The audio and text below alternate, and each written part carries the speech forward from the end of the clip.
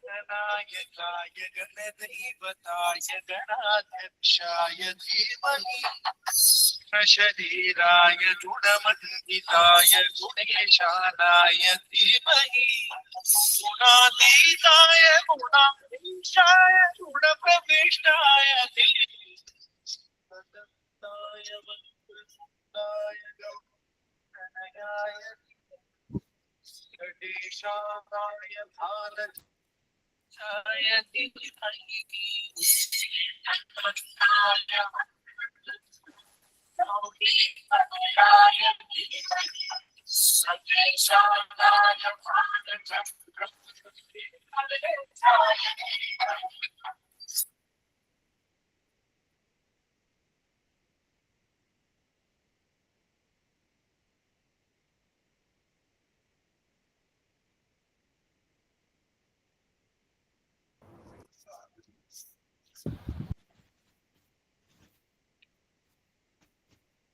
Let's start the session.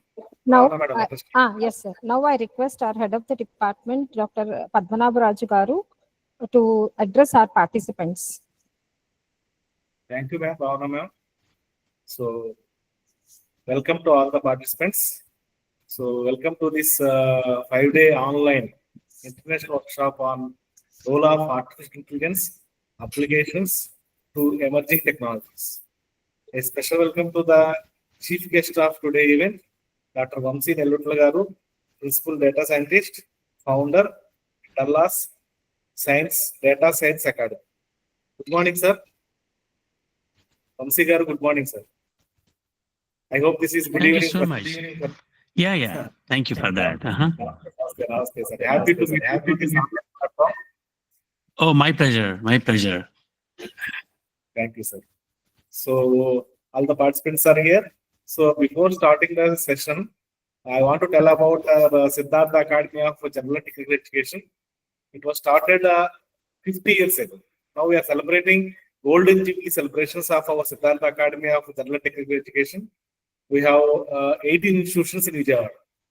So, starting from LKG to PG, and of course, a medical college is also there. We have 2 engineering colleges, 1 medical college, and we have institutions in all the domains, including law, everything. So, the Siddhartha Academy is hosting all these institutions. Of course, it is a non-profit organization.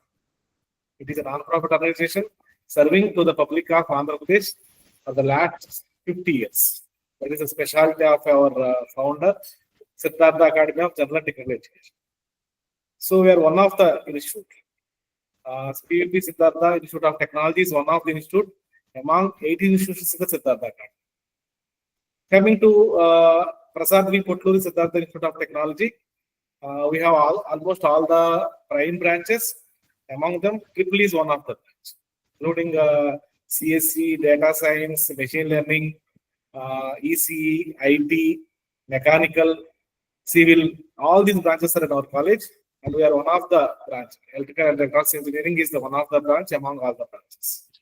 So we have started this Jubilee in the year 2001, and from that year onwards, we are working. We are running the branch, and of course, we are 5 times accredited, 5 times NB accredited.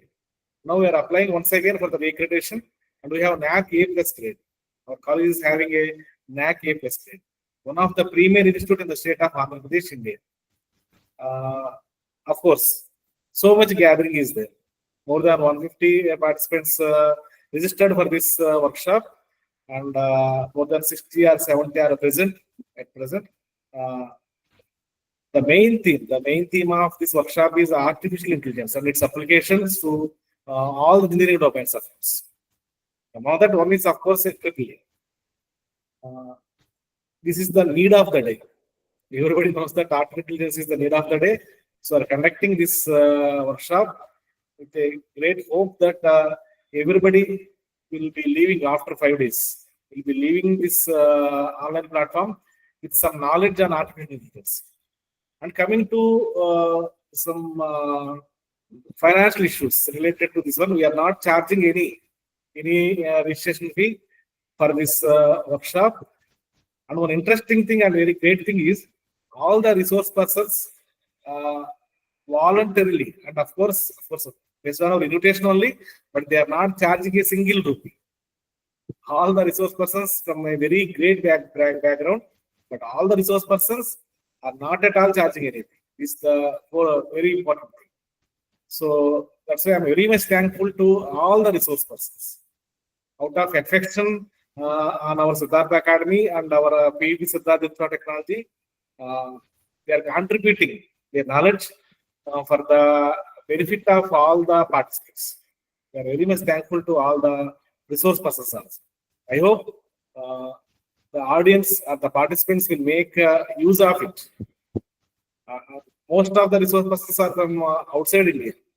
Outside India, they're compromising. They're compromising with their timings. Of course, if you see Vamsi Garu, it's the evening. Of course, it is night maybe there, and he's contributing as his service as chief guest for this function. We're very much thankful, sir. And I cannot forget the contributions of the coordinators.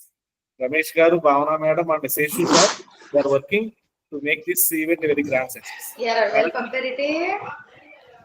am very much thankful to Aditya Garu. Okay, no problem. So our principal, Sivaji Babu, is not present for this one, but he always guides us to make this event a grand success. We are thankful to our principal, sir, Sivaji Babu. Madam, thank you. Thank you, sir. Thank you, sir. Now I would like to call upon our coordinator, Dr. M.V. Ramesh Garu, to address the gathering. Okay, thank you, madam. Can you hear me? Yes, sir. Okay, thank you, madam. Our respected chief guest of today's function, Dr. Vamsi Nallutla Garu, Principal Data Scientist, Founder, Dallas Data Science Academy. Respected Principal, Dr. Sivaji Babu Garu, Dr. C.H. Padmanabharaj Garu, HOD, Jubilee, and the real faculty members and participants from various institutions and other organizations. Welcome you all for this five-day online international workshop on role of artificial intelligence applications to emerging technologies. This is a 5-day workshop, and we are conducting this workshop mainly for the faculty and for the development of the faculty and for the research oriented for the faculty who are doing the research in this area.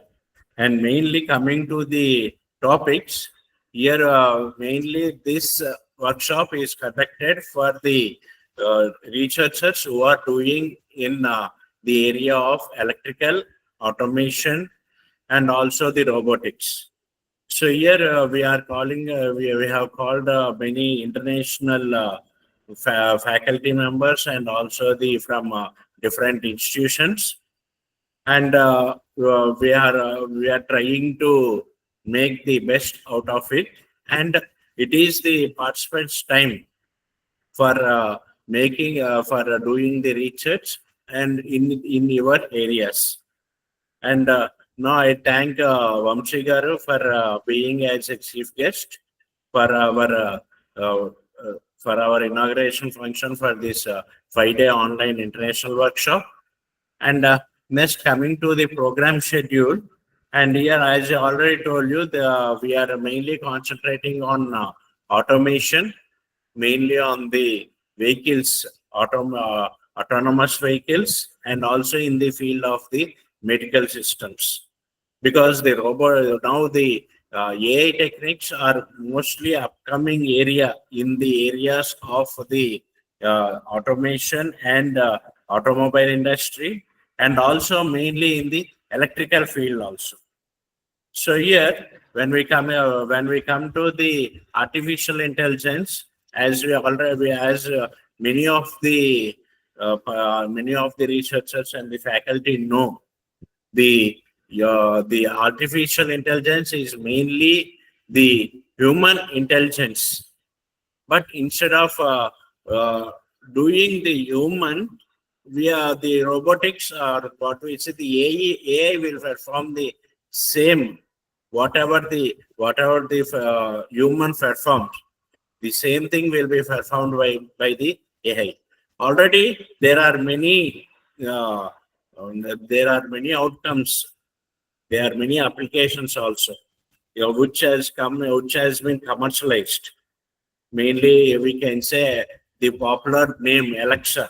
It came from the AI, and now there are many other types of the equipment or the applications which have come in the commercial, and the small things what we can say the Siri or Alexa are now mainly the what we say the automobile in the automobile or the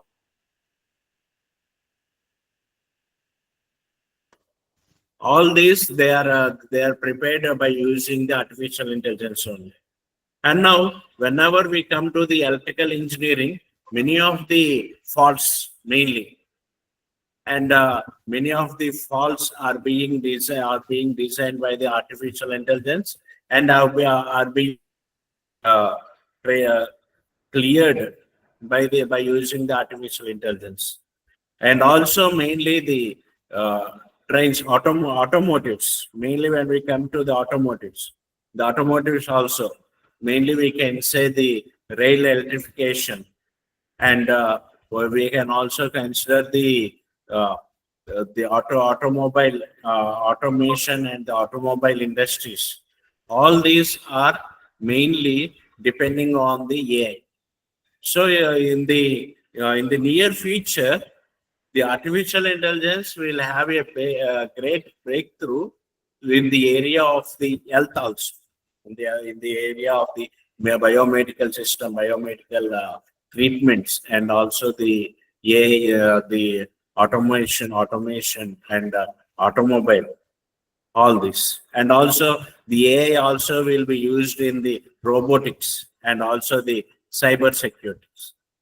So all these areas will be covered in this workshop, and I thank all the participants for coming and for joining this workshop, and also mainly I thank the resource persons for for coming forward for presenting their research in this area. Thank you, one and all.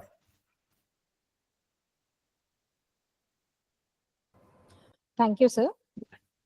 Now, I take this pleasure to introduce Dr. Vamsi Nelutla Garu, our today's chief guest, who is a principal data scientist, UHG, founder, Dallas Data Science Academy. Dr. Vamsi Nelutla Garu has done his Doctor of Philosophy, PhD Data Science specialization, minor in machine learning in the University of and North Central University. He also done his business administration, the University of Iowa Triple College of Business. He has completed his Master of Business Analytics in 2007. Also, he has completed Tackling Challenges of Big Data in Massachusetts Institute of Technology. Also, he also has an associate certificate managing virtual teams from Harvard University.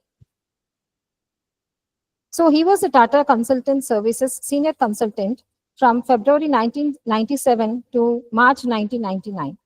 And after that, he was in Arizona as a process and data engineering leader from April 1999 to December 2018. Further, he was a founder and president of Dallas Data Science Academy from March 2016 to present. And he is now a United Health Group as principal data scientist from January 2019 to present. Sir, it's a great pleasure to have you here as chief guest for this 5-day online workshop. Thank you, sir. And I request Vamsi Nelutla Garu to address our participants. Certainly here. Thanks for that, Bhavan Garu. Are you all able to hear me here, team? Quick check. Yes, yes, sir. Yes. Sir. Okay. Yes. Good. So good morning again. Good morning to everybody who gathered here. This is Vamsi Nelutla from Dallas, or as they say now, Dallas Puram.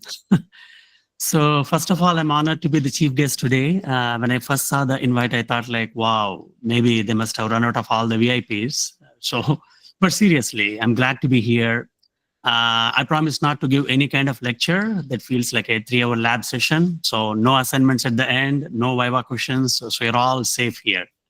But jokes aside, team, it's a very exciting event. I'm really looking forward to the energy and questions you're all going to bring in these sessions. Absolute pleasure again to join all of you today as the chief guest for this international workshop on the role of AI in the emerging technologies. And I sincerely, again, I sincerely thank all the organizers from P.V.P. Siddhartha Institute of Technology, and especially the Department of Electrical and Electronics Engineering for inviting me. My personal thing, it's especially meaning for me to be part of an initiative that brings together so many bright students, faculty, researchers to explore such a fast moving and a relevant topic here, right?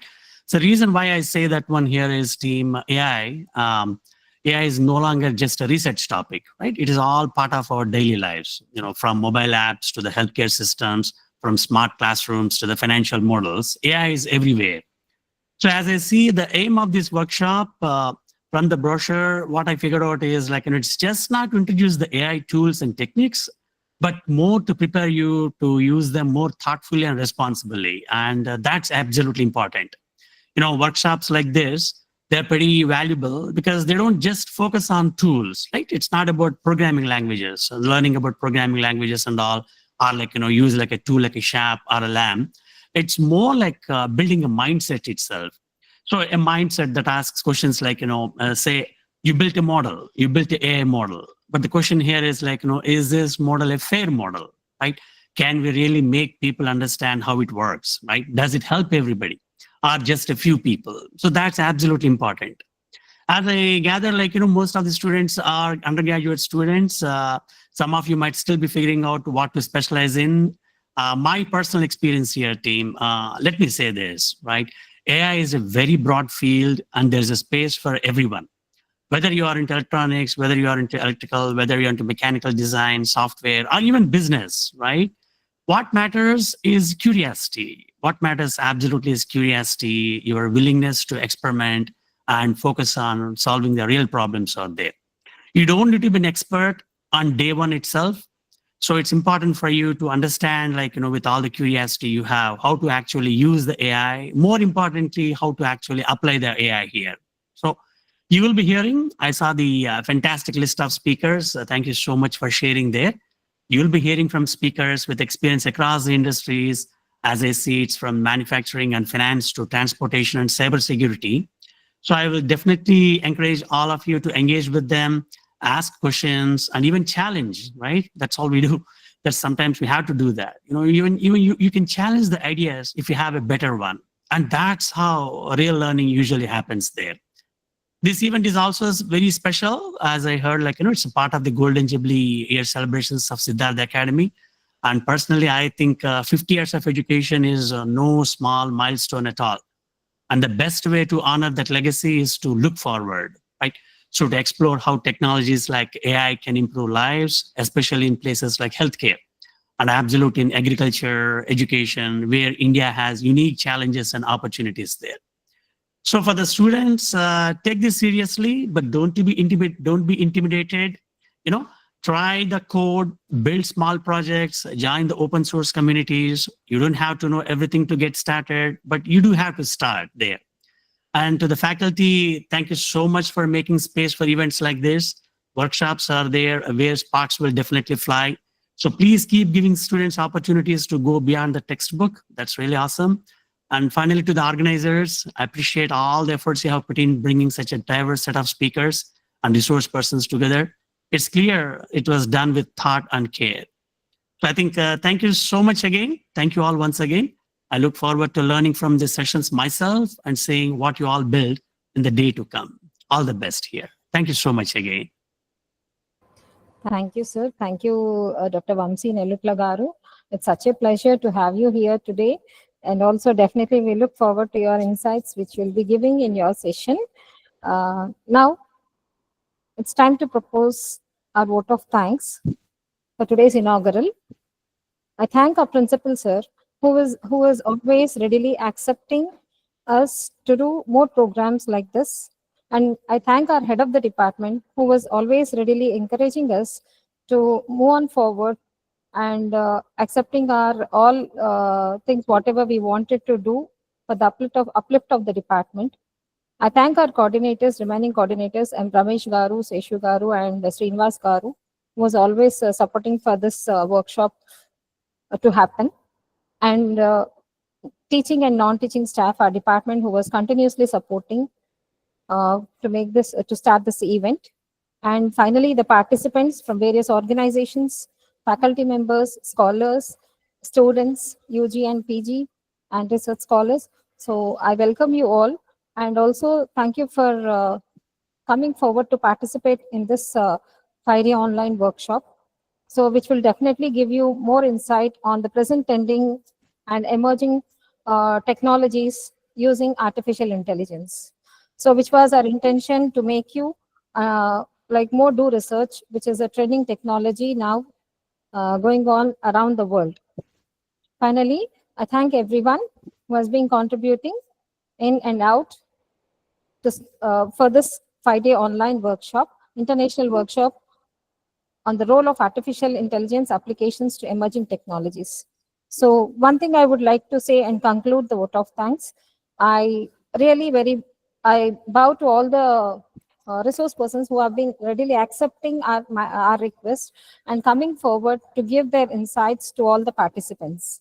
Thank you one and all. The first session will be by Fayaz Ahmad.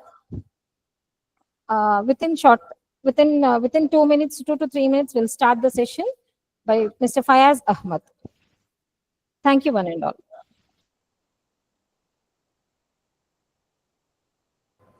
Fayaz, I think you're there in, right? Yes, ma'am. Yeah. Yeah, just a minute, Hello, I'll stop my presentation, Fayaz. Yes, sure. Just a minute.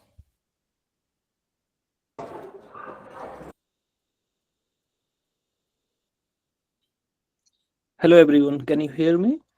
Fayaz, just a minute. Yeah, sure.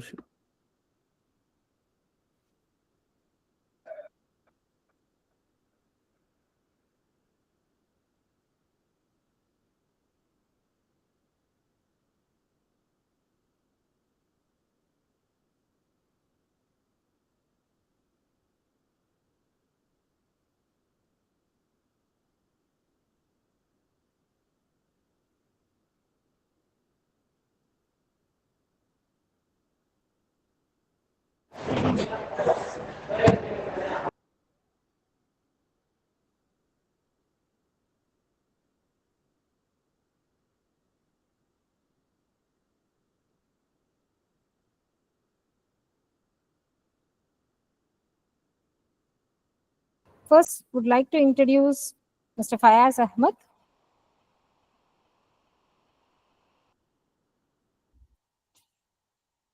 Hello, everyone. Fayaz, let me introduce you to all the participants, Yeah, sure. and then you can move on to the session.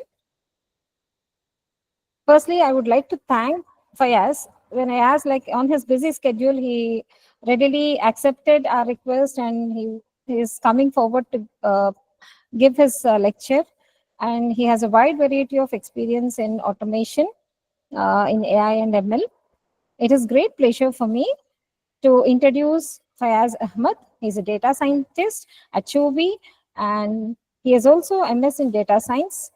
He is an AWS solution architect and ML enthusiastic.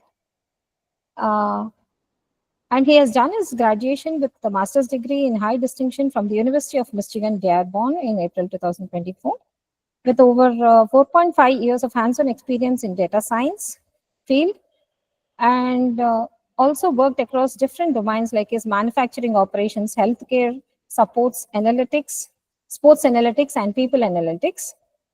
And also he is specialized in developing, fine-tuning, and deploying generative AI, machine learning, deep learning, computer vision, and natural language processing models. And his expertise ends to building cost-optimized, efficient, scalable, and secure machine learning solutions on AWS, GCP, leveraging a wide range of cloud services such as compute, database, object storage, data warehousing, and serverless architectures. And also he is proficient in Python and R and has a strong foundation in data structures, algorithms, data modeling, SQL, querying, and developing robust ETL and ELT pipelines. And presently he is working as a data scientist and the machine learning as a machine learning engineer. So we are here with Mr. Fayaz Ahmad for our session today. Fayaz, I would like to continue your session, start the session. Yeah. Thank you, Professor Bhavna, and it's pleasure to presenting here. And I think everyone can hear me clearly. Yes. Yeah. Okay. So let me just.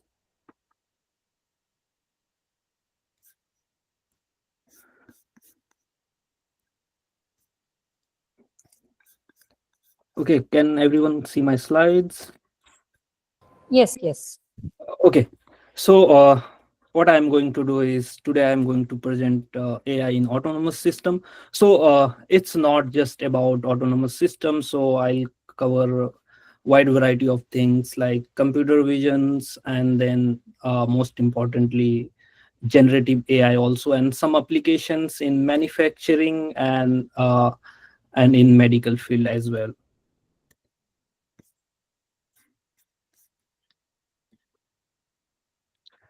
So the contents will be just I'll go through the formal definitions and brief history of AI ML, then what are the basic categories of machine learning, then we'll cover some computer vision tasks, and then under computer vision there is semantic image segmentation. So there are a lot of applications in robotics and autonomous vehicle related to semantic image segmentation.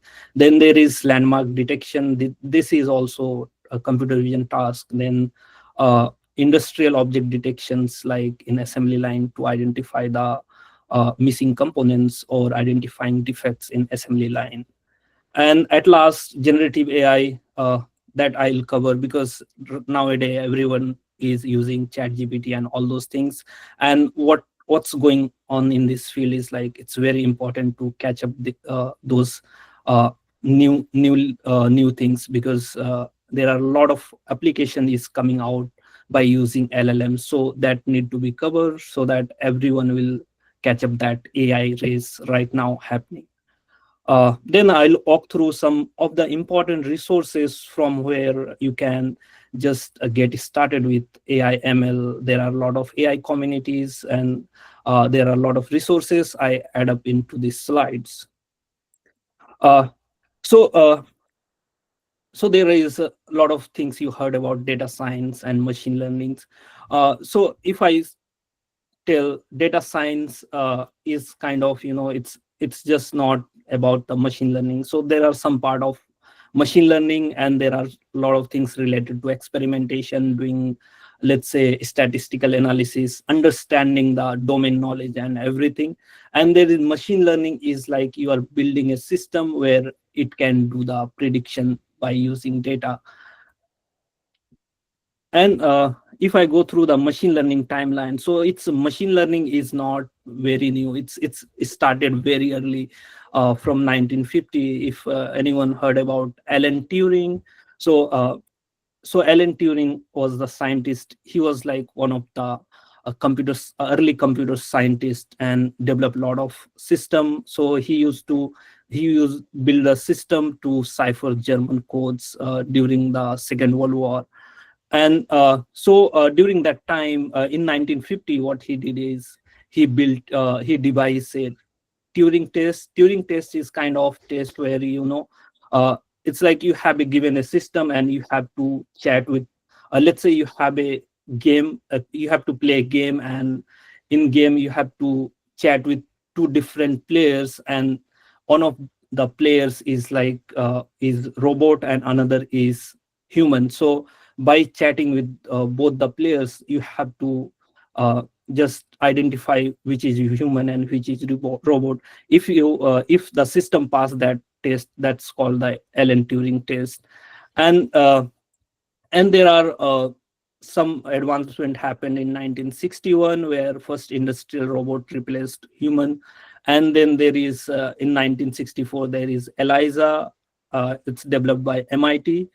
And then and in 1970 to 1990, it's AI winter. AI winter is like a lot of failure happened during that time. They wanted to, there are some system like understanding the language, or there are other AI work happening during that time was like failure. So that's time every funding in every research institution was cut down. So that's why it's called AI winter. And then in 2011 I'll cover, that's like when Apple Siri and all those things come. And if I talk about Apple Siri and all those things, is these are the models which is not we are using right now, let's say chat GPT, but that time these models are based on the statistical and all those things. So those are the computationally, it's like effective, but nowadays we have the large language model to do those things. So nowadays this Apple Siri is being transformed by using LLMs. So, and then in 2020 there are a lot of things happen. uh, Moxie is there, and then and during that time there is another model came, is transformer. It's like and this research paper is done by Ashish Vaswani, Google's research scientist, who built a method where you can build he built a system which can do the machine translation effectively, and that same model is used to build those GPT models that is powered by that is used in chat GPT or other LLM applications like llama models and all those things.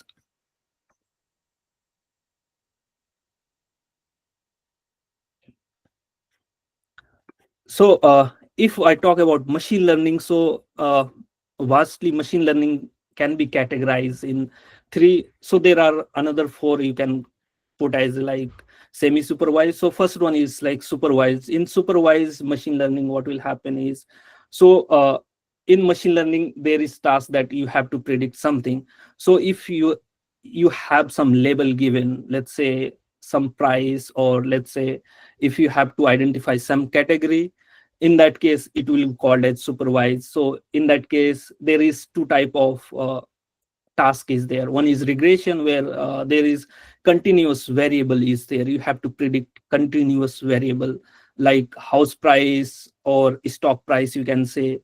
And there is another is classification task, like identifying spam emails, or let's say if image is given, you have to identify like, is this image is related to cat or dog or something.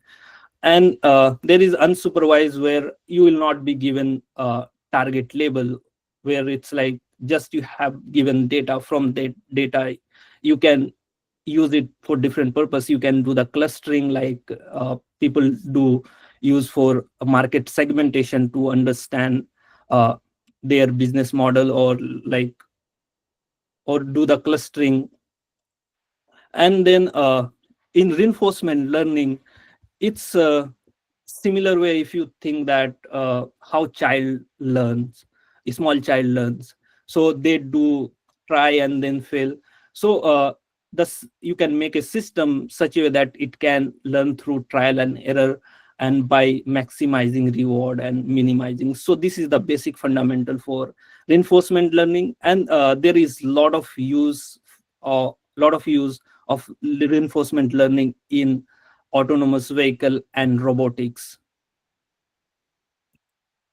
Some application of machine learning. So in autonomous system, let's say if you are building, let's say autonomous vehicle or robotics, you can do the scene analysis by using image segmentation. I'll cover these things in next slides. And you can do the real-time object detections, object classification. And then in manufacturing, there are a lot of opportunity. These are the few example I just put it. There are a lot more applications are there. So predictive maintenance, in manufacturing there are a lot of machines available in manufacturing. So in that case, based on the machine sensor data, you can identify that when machine need to be do the maintenance, what kind of maintenance need to be done, what are the sensors actually give signs that okay, is this particular component need to be fixed. And you can do the automatic defect identification and classification, and then identify the missing component in assembly line. So these are the some project I actually did in while working in Hero Motocorp in India. So there we built a system to identify the missing component in engine assembly. And there is anomaly detections. Let's say if there is from image, you can identify that, okay, is this particular component is defective or not. And then supply chain optimization can be done through machine learning. In healthcare, there is, in India, I don't know, it's like there is not much data available, but in USA there is a lot of data available related to patients, so they can build a lot of good model. In USA they have EHR, electronic health record, so you can get every patient data. So but that data is like private data, and there are some open source data available. So a hospital readmission, where you can predict that, okay, if particular patient has been admitted for certain diseases, or let's say cancer, after or let's say heart disease, then after let's say discharge, uh, what is the risk of 30 days readmission. So that can be predicted. If let's say someone have retinal image, from that eye disease detection can be done. Tumor segmentation, so this is sometimes tedious task for doctors, where they have CT scan of tumor, and from there they have to uh, mark those area and identify which portion have that tumor. So those tasks can be automated through computer vision, and it will reduce a lot of time, means it will uh, increase the efficiency. Also it can reduce the human error at the same time. If I cover some, there are some computer vision tasks. So these things are I made very simple so that everyone can understand. What is the classification in computer vision? Let's first understand what's computer vision is. So in computer vision, what happen is we deal with the images. Also, it can be any type of image, like satellite image or normal image from phone or camera, and or let's say it can be thermal image as well, and it can be videos also.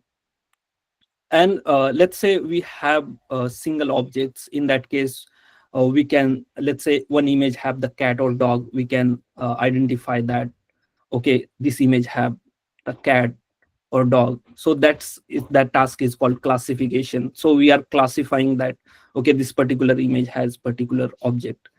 And there is part called localization. So when we are identifying what's in the image, and we are trying to bound, or we are trying to identify in which particular area this particular object is there, so that's called localization.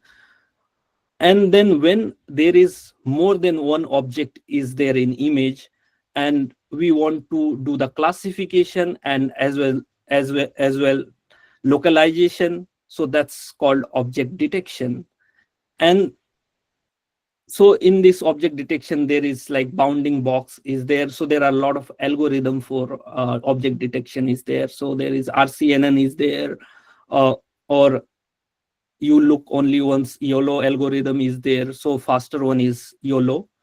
And then there is instance segmentation. In this case, what will happen is, like, you are not going to make a rectangle bounding box.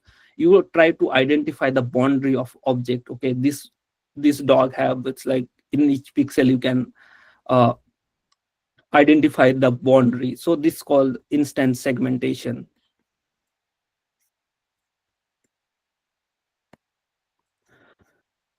Now come to the semantic image segmentation. So in semantic image segmentation, so just try it easy. It's very easy to understand. In semantic image segmentation, what's happened is we have image, or let's say we have video.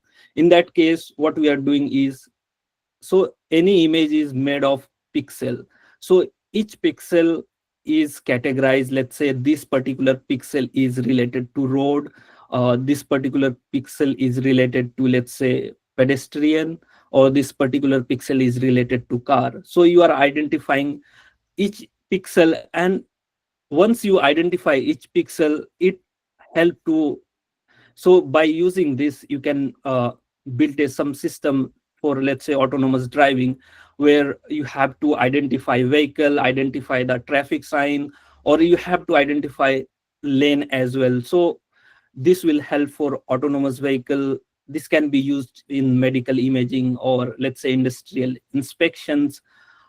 So, and why this is important is because it gives a fine grain object and its boundaries detection, and it will give the better scene understanding. So it will help to build system more robust. So and there is some video I can show here.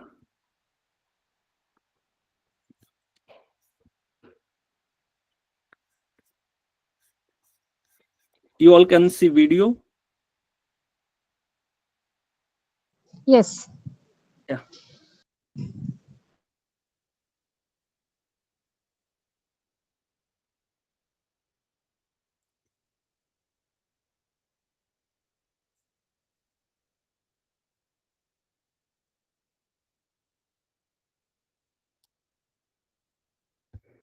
So this is particular video related to the semantic image segmentation. And then there is another thing is going on in USA. It's self-driving car. So if you all heard about it, it's like Tesla already have the self-driving car. But there is another important thing is, so let's say in India, Uber, Ola is there with driver, but in USA there are some company like Waymo or Motional built a system where you have the Uber without driver. So it's like self-driving car, and so it is ride hailing, autonomous ride hailing service. So I'll show this video so that will give a better understanding what's going on. So much emerging technology is just a show, so one can be forgiven for not being able to distinguish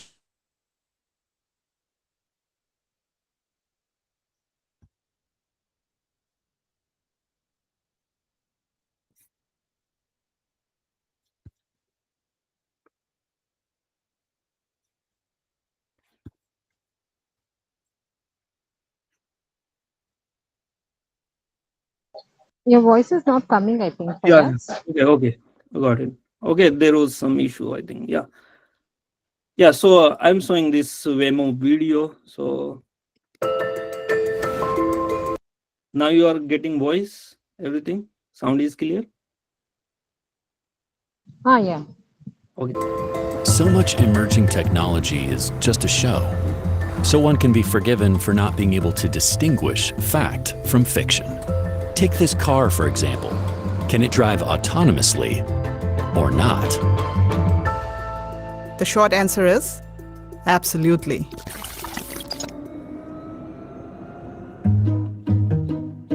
That was Shweta Shrivastava, Senior Product Lead for Driving Behavior at Waymo. What you're looking at is the Waymo driver in action. Adapted for a variety of vehicle platforms, it is the most advanced, fully autonomous driving technology in the world today.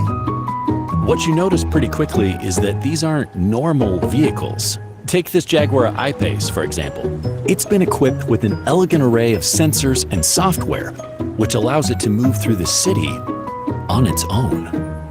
That's correct. The Waymo driver is a combination of custom-designed hardware and software that is responsible for performing the entire act of driving. That was James Philbin. He's an engineering lead on the perception team at Waymo. I asked him to break down the technology for us a bit more. The Waymo driver handles the task of driving in 3 basic steps: sense, solve, and go. It's the way we describe the highly complex process of acquiring information, processing it, and moving through the world safely. So, what goes into all that sensing? The sensors that the Waymo driver uses are incredibly powerful, using a combination of LiDAR, cameras, and radar. It can see up to 3 football fields in any direction and can detect sirens from emergency vehicles, which allows the Waymo driver to visualize the world around it in milliseconds to a high degree of accuracy. Okay, sense makes sense. But what do you do with all that data? Good question. The system calculates the predicted future behavior for each relevant agent in the scene. Then, with a strong foundation derived from artificial intelligence and machine learning algorithms, the Waymo driver crunches all that data and calculates a safe route, while responding in real time to the evolving traffic environment.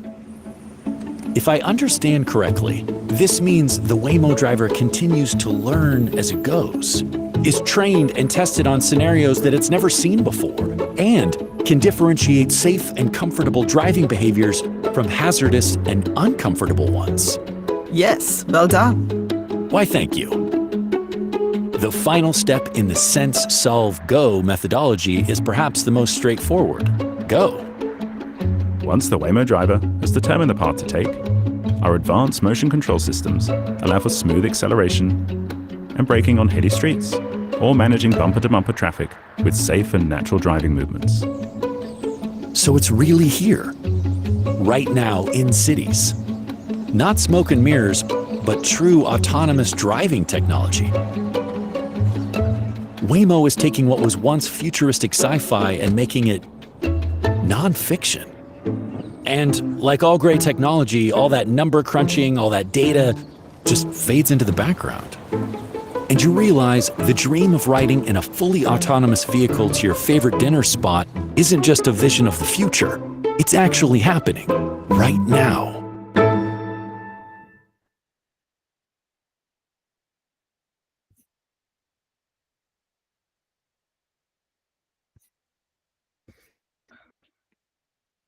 Okay. So that is one of the advanced things happening in USA. There are some in certain cities they are actually providing service like LA, New York, and there are few other cities they are providing. And in China also there is this kind of services available. Now come to the segmenting brain tumor with AI. So this is also based on the same concept of segmenting, semantic image segmentation.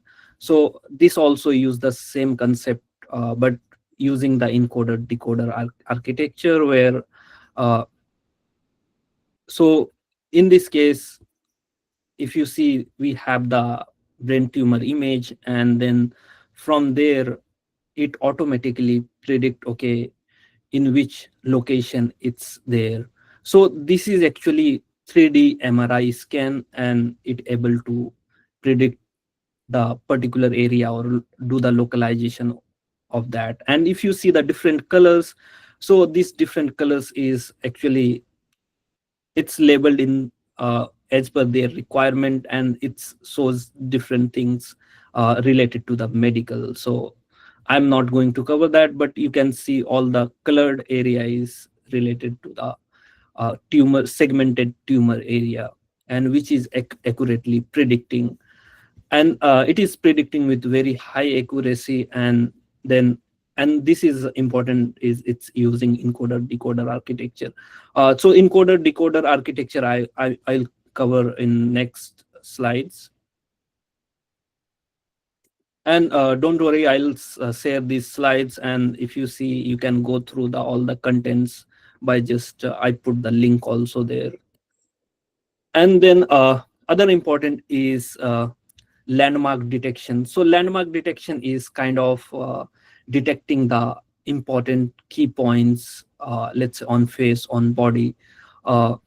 So by using this can be helpful in different area where you need to, let's say, estimate the human pose. Let's say if you see in this, there is someone running. By identifying key points, you can build a system so that, okay, you can predict that, okay, this pose is for running or standing. And and let's say in this facial landmark also, it can be used for facial detection. There are a lot of AR/VR system, they are using this kind of landmark detection, and emotion detection can be done. Let's say if you have data in such a way that, okay, the position of eyes, and you can identify, okay, eyes close open or position of mouth. By using that, you can detect the emotion as well. And yeah, it can be used for human robot interaction or sign language recognition. You can build a system where if you put thumbs up, thumbs down, and from there it actually translate the sign language to the actual English language so that everybody can understand. And it can be used for sport analytics. And there are few things I put it one. This is Media Pipe by Google. And if you go through this, they have a lot of extensive models available here, and you can go through each model. And these models are trained on a lot of data, and these are accurate models. So sometimes you need not to train all the model from scratch. What you can do is, like, you can take these models and you can put means some layers, or you can do the transfer learning, so that with minimal data you can train a good model, or you can utilize this model to do the feature extraction or something. So you can do the image classification related things are there, or these are the all those are the models. You can build some application over it. Image segmentation also there, gesture recognition, thumbs up, thumbs down, and then hand landmark detection. It can detect the key points in hand. So media pipe is one of the good for, I think, for at least for computer vision, doing the landmark detection or other tasks, where you can utilize this concept, or you can just use their models and you can build something over it. Yeah, please.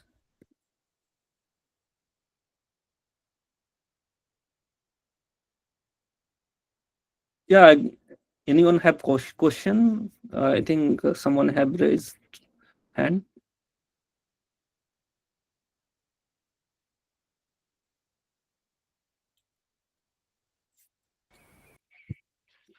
Okay.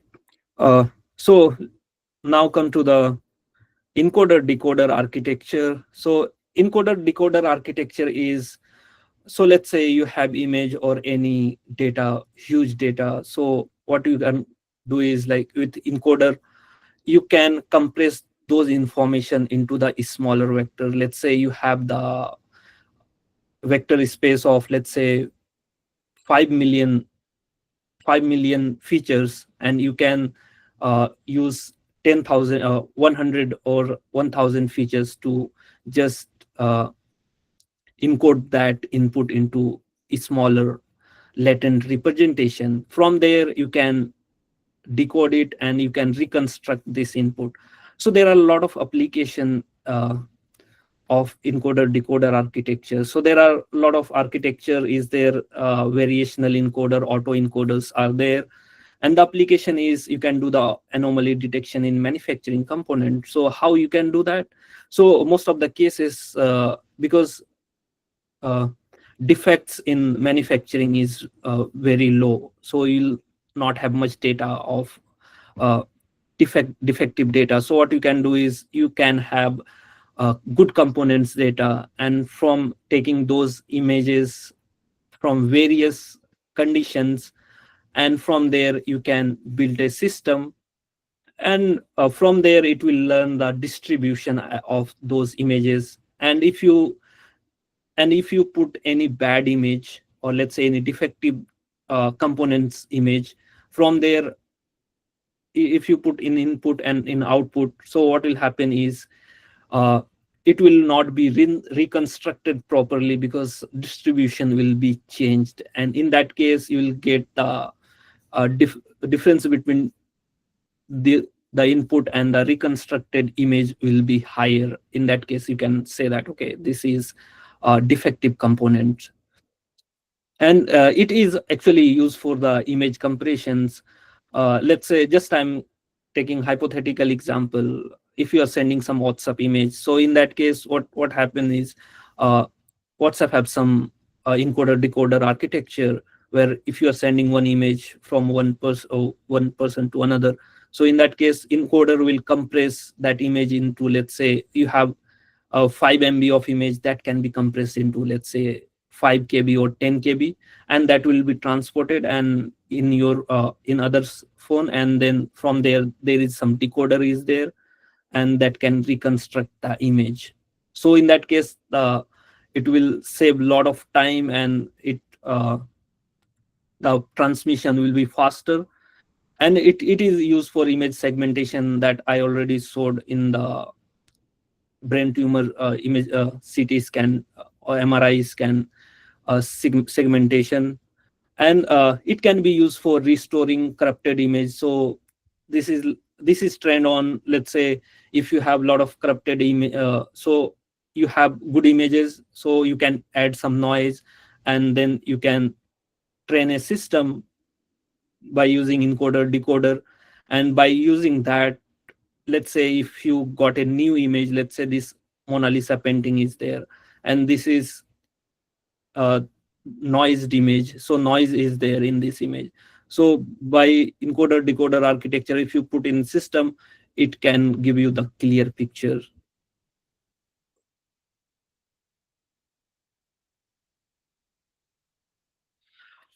So I'll take a walk through some of the important website. Though Hugging Face is there, so it's one of the fast growing AIML community, where you will find a lot of researcher is also there. They are sharing their models and everything. So Hugging Face is one place where you can see a lot of models, and you can see there are a lot of models available related to the computer vision.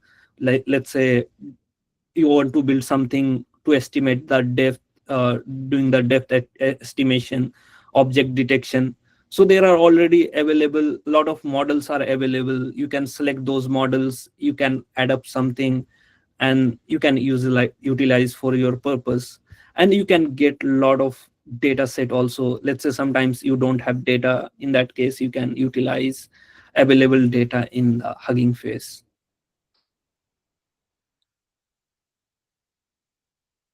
And then there is MediaPipe, already shown you. And then Kaggle is there. Kaggle is also, it's a AI ML community where you'll find a lot of data, and then there are a lot of competition is happening in Kaggle where you can participate.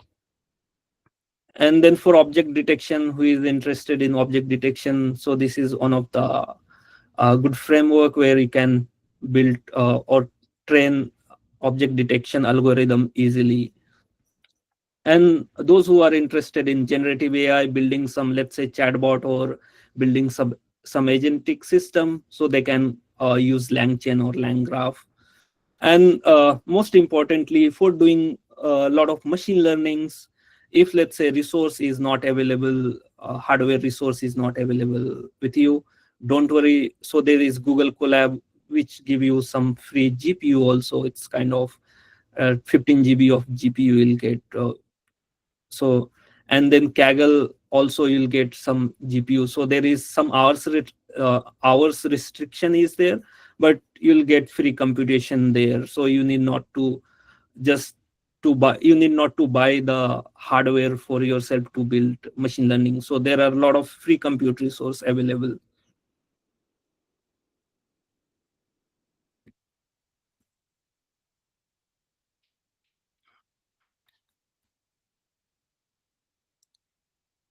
Okay, so another example of is it's related to the manufacturing, where industrial small object detection is there. So this is based on the object detection, where you can detect object and then you can localize. So there are few groups are there. If, let's say, in assemble components, screw is there, you have to identify the screw, and if missing screw is there, you have to identify missing screw, and then you have to locate also. Then if, let's say, untightened screw is there, there are some labels on that component, so you can identify those things. So these are the some applications, and this is the robust their architecture they have used. They have data augmentation. Data augmentation is kind of, when you are working with the images, you'll have the less number of image available to you. So in that case, what you can do is you can augment the image, means you can rotate the image, or you can generate some synthetic data. So they have built some synthetic data, then they can utilize one VGG model, it's like computer vision model, to identify the features, and from there they build the object detection based on fast RCNN model.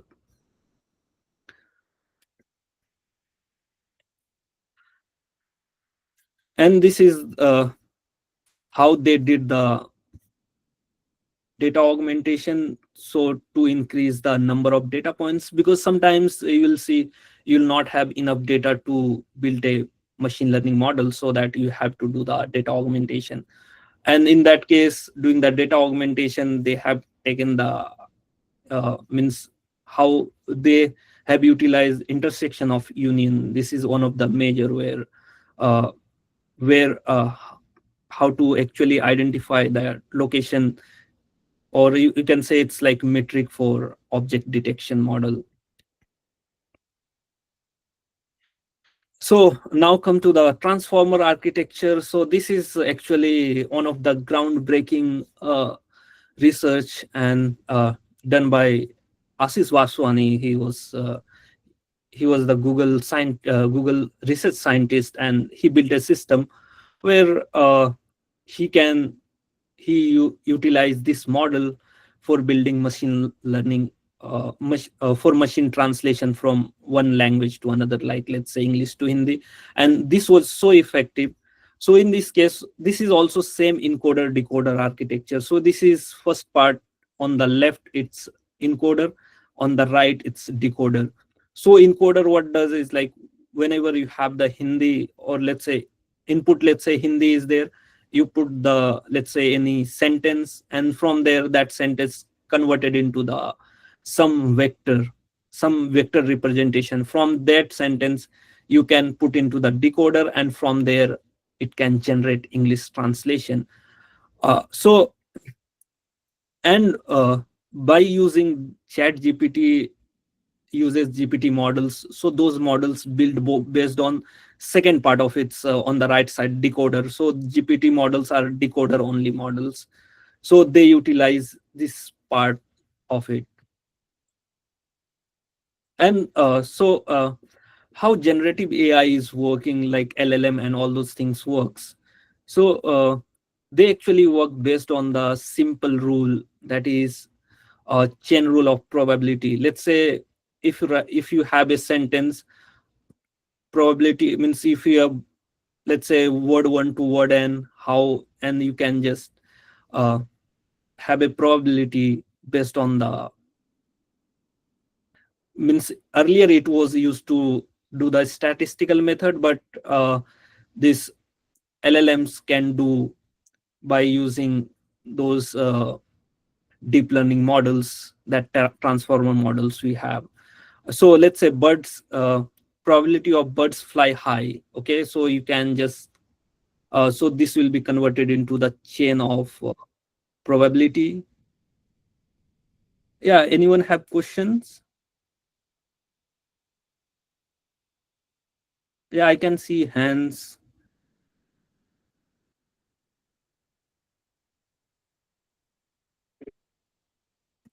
I cannot hear you.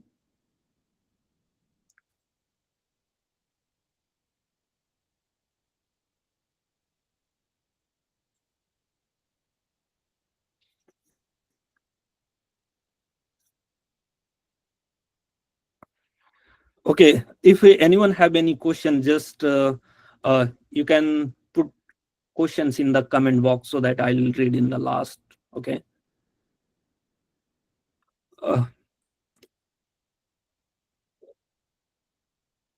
And LLMs are called decoder only models. And how it is trained? It is trained on the huge text corpus. It's using all the data available on websites, Wikipedia, even a lot of books.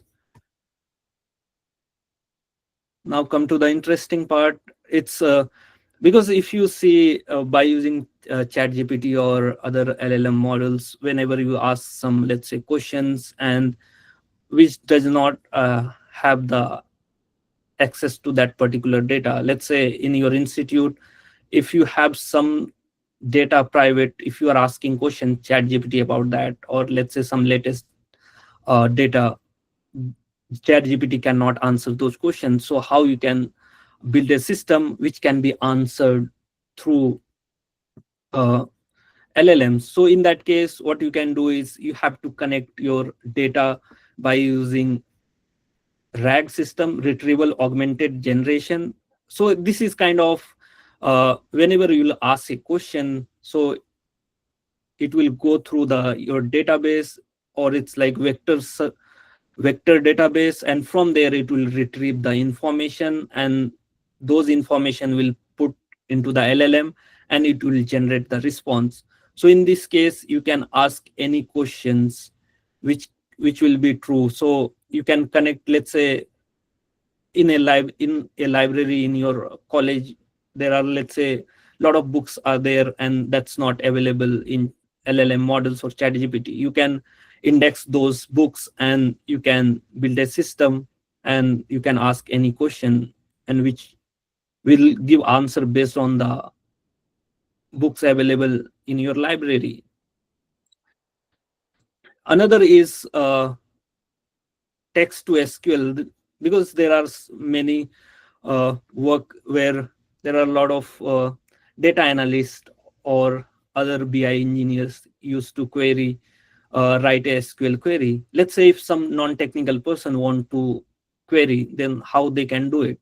So earlier it was not available. Because of LLM, it is possible where you can just ask the question in natural language, and from there it will write a SQL query for you, and it will run on it, and it will give the results. So that's called text to SQL, and this is the complete architecture where for text to SQL, where you have connected your database. So whenever user will ask a questions, and from there, so those LLMs or will have the information about the metadata about those tables in database. From there, it can create a query and run those query, and if some issue is happening, then it will go back through this loop and then regenerate the query. And once it run consistently, and then it will generate the output. So this is the one of the important work is going on. So and in this case, there are a lot of self services happening in the business intelligence work.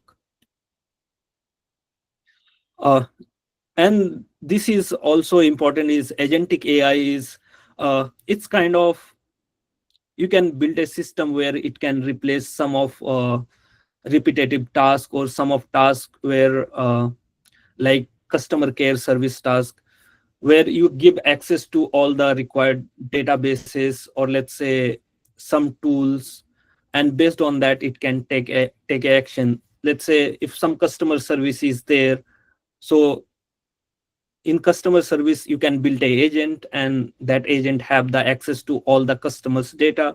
From there, if some user asks a question, it can give a personalized response in real time, and it can solve the customer care problem. So, and in healthcare also, it can reduce a lot of administrative tasks. In software engineering also, it is used a lot.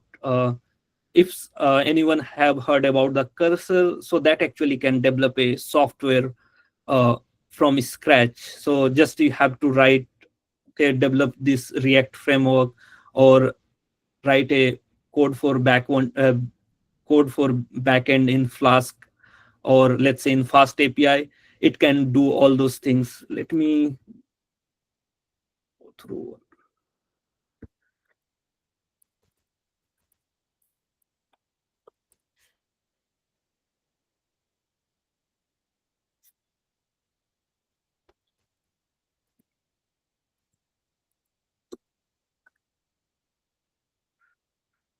So this is the cursor this is the cursor software which can actually build a complete software for you. So you have to just write the prompt, and you can ask to do it, can do front end, back end, and it's very, I think, usefully.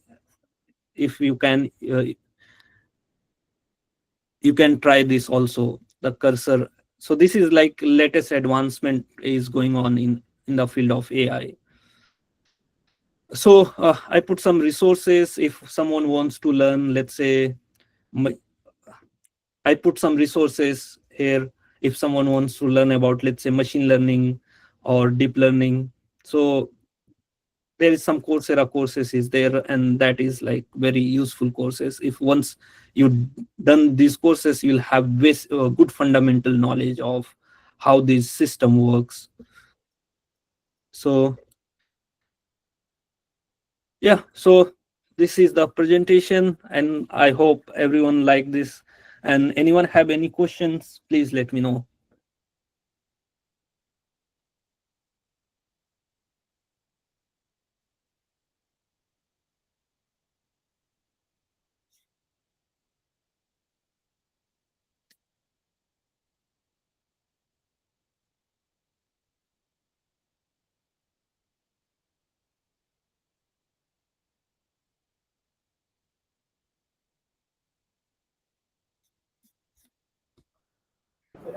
So anyone, if it's having any doubts, just you can.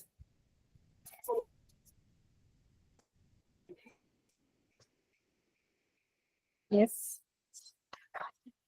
Participants. If anyone is having doubts, you can move forward and ask the resource person.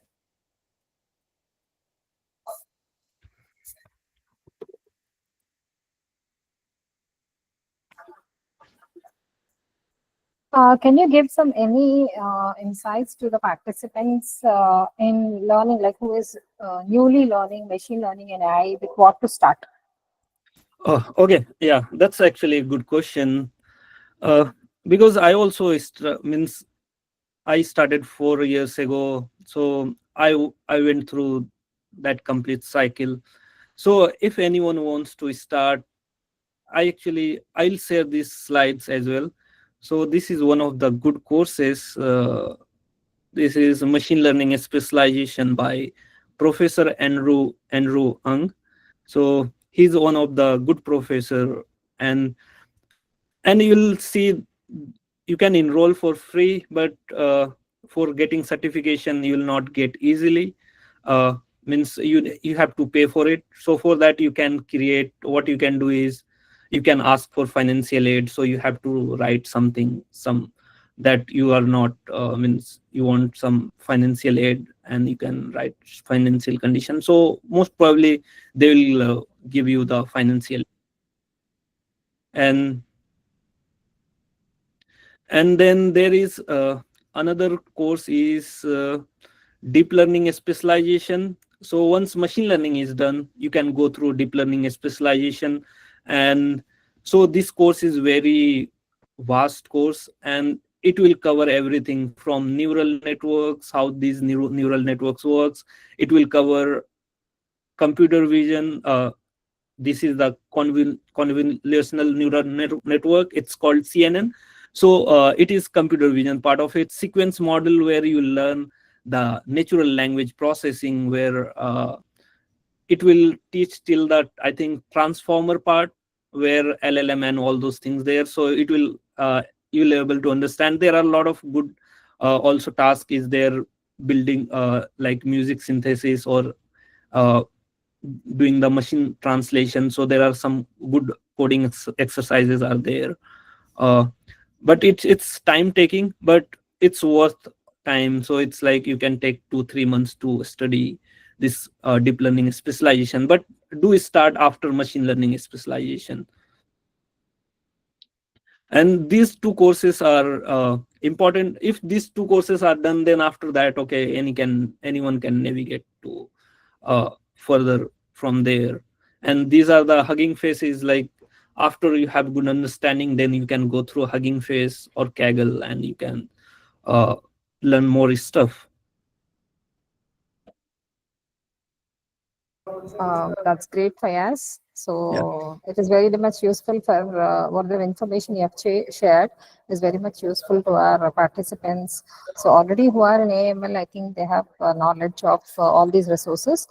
Who are starting new, I think this will definitely help them to move on into the emerging technology of AI and machine learning, at least to their start.